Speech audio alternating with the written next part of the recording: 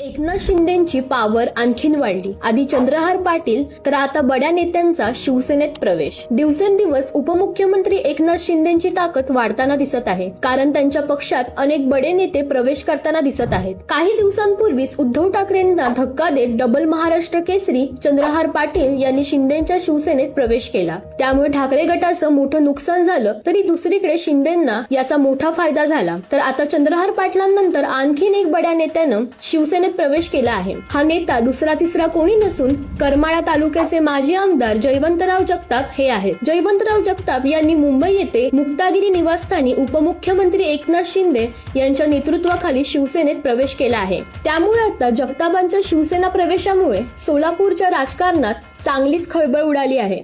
जयवंतराव जगतापांबाबत सांगायचं झाल्यास ते 2 वेळा करमाळ्याचे आमदार होते. 1990 साली अपक्ष आणि 2003 साली धनुष्यबाण चिन्हावर ते आमदार झाले होते. तसेच 2019 मध्ये विधानसभा निवडणुकीत संजय शिंदे यांना आणि 2024 मध्ये नारायण आबा पाटील यांना विजयी करण्यात जगताप यांचा मोलाचा वाटा होता. त्यामुळे आता जयवंतराव जगताप यांच्या शिवसेना प्रवेशामुळे एकनाथ शिंदेंना आगामी स्थानिक स्वराज्य संस्थेच्या निवडणुकीत मोठा लाभ मिळणार आहे.